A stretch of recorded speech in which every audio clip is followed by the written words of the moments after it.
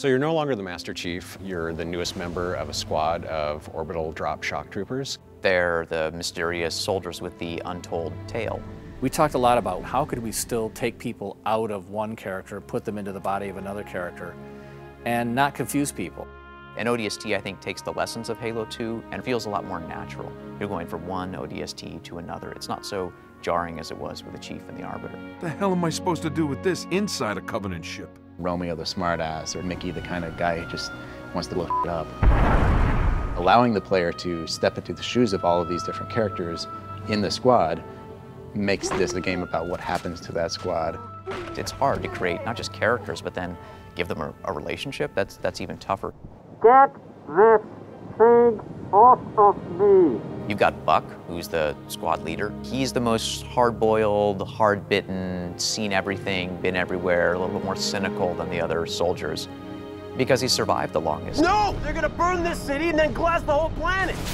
Covenant bastard! This is like Reach all over again! Buck is the guy you want to be. You believe in him because he cares about his squad. All I care about now is getting my men out of this city. At the same time, he's distracted by this ex-girlfriend of his. Dare, she's an Oni operative. She takes over the squad. Replacements? This many years into the war, who isn't? At least they listen. To me. And they're not gonna like what they hear. He wants to do his mission right. He wants to save his squad. And this whole time, Dare is there kind of poking him in the ribs. I never thought I'd see you again. Yeah? Well, here I am.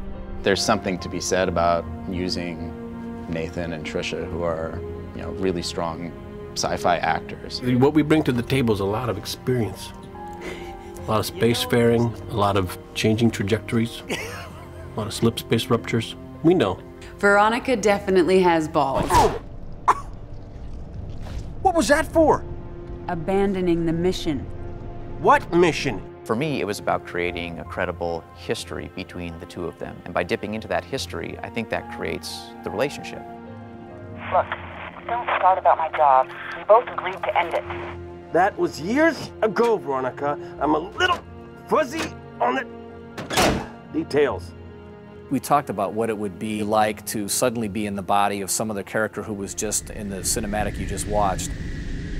Say again, Buck. You're breaking up. I said stay put. I'm on my way.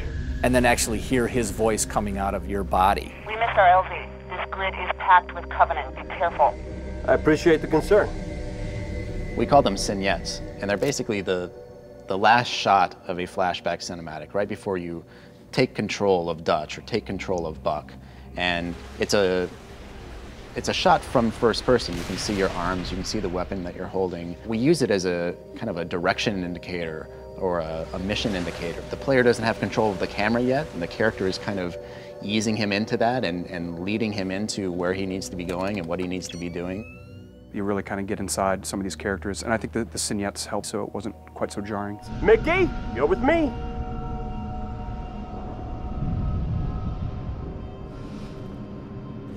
We often talked about the ODST as a kind of detective, lone gumshoe in the dark, mysterious city. Hey, let's drop one man that's not a Spartan on his own into a dangerous environment and let him really solve a mystery, let him find clues. We wanted to really get a different kind of Halo look and feel from what we've seen before. One of the cool challenges was how do we make the city of New Mombasa, in a way, a character in the game? Sound was critical in helping us really create that pacing and mood. We tried to make everything kind of quieter, especially when you were in the hub. We wanted the hub to be dark and rainy and have that film noir feel. There was a point halfway through the production where the programmer said, we can't implement rain in the engine. Maybe we don't actually have rain falling all over the place, but we have to have the feel of that rain is in the distance. It's raining in that environment because of the sound guys. We also switched the surface types on the ground to kind of have that wet, slappy footstep. As the thing started taking a life of its own, in no way did I want to hear any Halo music reused. It really deserved to have its own flavor from beginning to end. The score that Marty wrote really lent itself to both that film noir feeling and that feeling of loneliness that you have in the hub. How do you make a difference musically from the daytime action scenes and always bring you back to the nighttime hub was a little bit of a challenge. First thing I said is no monks. There just cannot be monks in this thing. I knew I could use a solo saxophone, which has a really nice interaction with orchestral instruments. It's not something you normally hear with an orchestra. And it could really just change the whole color and feeling that sort of carry you through the hub. As the game itself got bigger and bigger, I needed more and more music, which is why I have more gray hair, so that's how that goes. There are some key elements that you'll find in the city. What if the phones rang? What if the ticket kiosks began to spit tickets and coins came out of vending machines? What if the city was trying to communicate with you? What the heck's going on? Sir, I'm really sorry about this. I was just trying to get out of the city. The thing that's the most different for me playing this game is the ability to randomly pick up the radio play story, which tells an entirely different story with entirely new characters. Old Mombasa. Dad, there's a ship. Listen, sweetheart. I wanted to tell you at breakfast, but you left so early. So the ringing phone became this jumping off point for what eventually became the superintendent. And then Sadie's story too.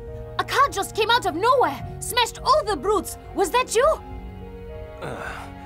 My head. I thought airbags were supposed to stop you from getting hurt. Your tax dollars at work. So the superintendent's tale is this really neat evolutionary piece that you follow throughout the whole game. It's a very simple story when you get down to it, but it's told in an elegant way, in a complex way. You can understand and enjoy the ODST story if you don't pick up any of the telephones ringing in the city or any of the other objects. But if you do, you're going to be transported a little bit further back in time to the day before, but to a whole different world.